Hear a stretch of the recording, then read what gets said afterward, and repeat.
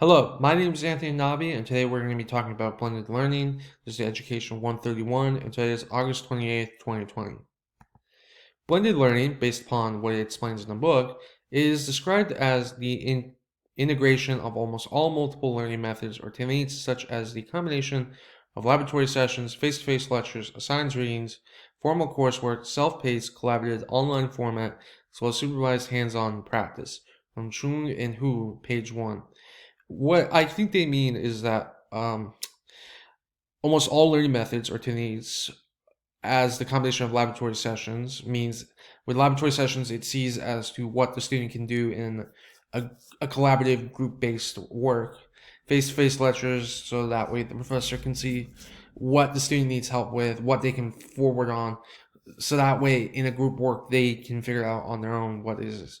Assigned readings mean what the student needs to read for the class, either through say the online books or or audio, like listening to the videos. Formal classwork meaning in a formal classroom, questions and questions, writing, things like those. Self-paced, so we can see how the student can pace himself in the classroom or what he needs help with. Collaborative online format would be similar to the online way of how we have been doing this education course. Collaborative, as well as supported hand-on practice. So in a class, if you're working with students and you want to see as to what they need help with, how the questions are helping them or not, that is something like that. This form of learning creates student pace at their time. The form of learning doesn't substitute traditional teaching. It helps the student because their work can be done at their own pace. I mean, we see they can do it at their own pace. We see as to what needs help, and that is done at their own work. In the reading, it discusses the possible strengths and limitations of both online and offline teaching. Because of this, it shows that both styles of teaching are flawed.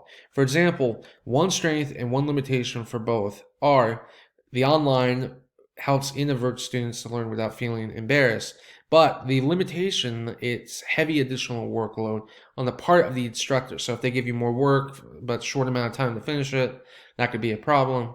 However, offline possible strength would be it provides immediacy of conversation, e.g., immediacy of response and activity. So when you're interacting with the professor, you're interacting with your classmates, certain things like that. However, the possible limitation for offline is the difficulty to introverted learners speak up for fear of embarrassment. I mean, if you're taking a speech class or an English class, and that's something you're doing outside of taking an online class, then yeah, that would kind of be an issue.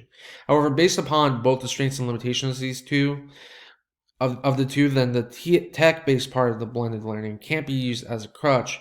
It should be used as a way to help those who can't reach the pace or understand the material of those who work in a traditional classroom.